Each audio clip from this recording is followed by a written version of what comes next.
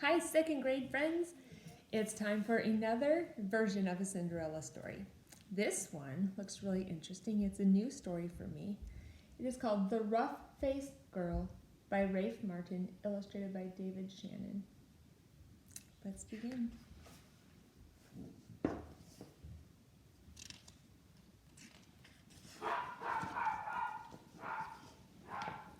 Once, long ago, there was a village by the shores of Lake Ontario.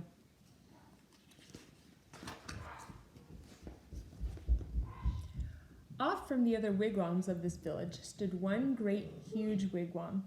Painted on its sides were pictures of the sun, moon, stars, plants, trees, and animals. And inside this wigwam there was said to live a very great, rich, powerful, and supposedly handsome, invisible being. However, no one could see him except his sister, who lived there too. Many women wanted to marry this invisible being, but his sister said, "Only the one who can see him can marry him."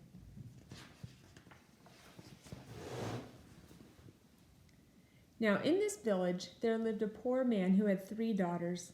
The 2 older daughters were cruel and hard-hearted, and they made their youngest sister sit by the fire and feed the flames. When the burning branches popped, the sparks fell on her.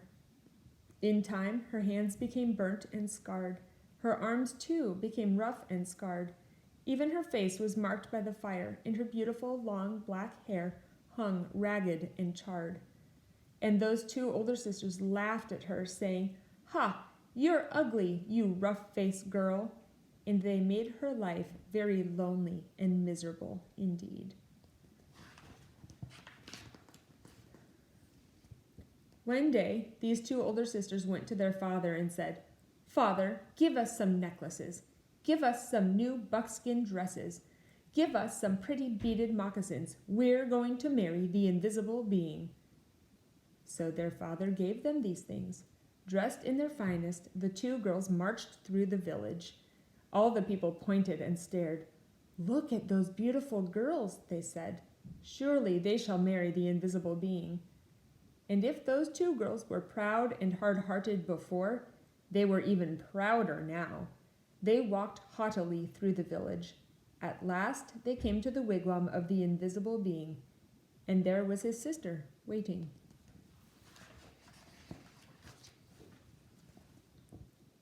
"Why have you come?" she asked. "We want to marry the invisible being," they answered. "That's why we're here." "If you want to marry my brother," she replied, "you have to have seen him. Tell me, have you seen the invisible being?" "Of course we've seen him," they insisted. "Can't you see how pretty we are? Can't you see the beautiful clothes we wear? Oh yes, anyone can tell that we've truly seen the invisible being." "All right," she said quietly. "If you think you've seen him, then tell me, what's his bow made of?" And suddenly her voice was swift as lightning and strong as thunder. "His bow?" they stammered in surprise. "His bow? We know." But turning desperately to one another, they whispered, "What shall we say?" "Let's say it's the oak tree." So they said, "It's the great oak tree." "No," said the sister of the invisible being. "No." Oh, she saw at once how they lied. "Tell me," she continued, "if you think you've seen my brother, the invisible being, then what's the runner of his sled made of?" We know," cried those 2 sisters. But whispering feverishly again, they wondered, "What shall we say? What shall we say? Let's say it's the green willow branch." "No," said the sister when she heard. "No, you have not seen my brother. Now go home." "Just test us fairly," they exclaimed. "We've seen him. Just don't ask us all these silly questions." "All right," said the sister of the invisible being. "Come with me." And she took them back to the great wigwam and sat them in the seats furthest from the entrance, the guest seats. Soon they heard footsteps coming along the path. Then something stepped inside. Though they heard breathing, the 2 sisters still couldn't see a thing. Suddenly a great bow and a beaded quiver of arrows appeared in the air and were set down.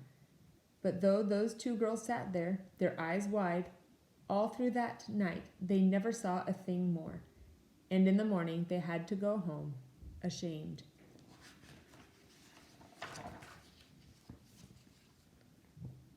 The next day, the rough-faced girl went to her father and said, "Father, may I please have some beads? May I please have a new buckskin dress and some pretty moccasins? I am going to marry the invisible being, for wherever I look, I see his face." But her father sighed. "Daughter," he said, "I'm sorry. I have no beads left for you, only some little broken shells. I have no buckskin dress, and as for moccasins, all I have left are my own old, worn, cracked, and stretched out pair from last year, and they are much too big." But she said, "Whatever you can spare, I can use." So he gave her these things.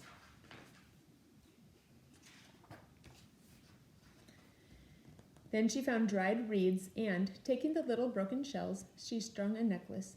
She stripped birch bark from the dead trees and made a cap, a dress, and leggings. Then, with a sharp piece of bone, she carved in the bark pictures of the sun, moon, stars, plants, trees, and animals. She went down to the lake shore and soaked the moccasins in the water until they grew soft. Then she molded them to her feet, but they were still too big, and they flapped like ducks' feet as she walked. Then all of the people came out of their wigwams. They pointed and stared. "Look at that ugly girl," they laughed. "Look at her strange clothes. Hey, hey, hey! Go home, you ugly girl. You'll never marry the invisible being." But the rough-faced girl had faith in herself, and she had courage. She didn't turn back. She just kept walking right through the village.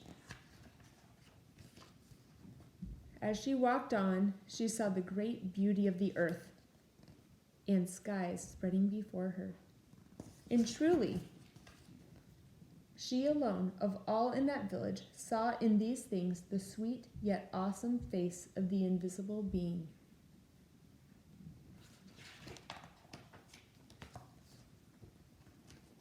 At last she came to the lake shore just as the sun was sinking behind the hills, and the many stars came glittering out like a fiery veil in the darkening sky overhead. And there, standing by the water's edge, was the sister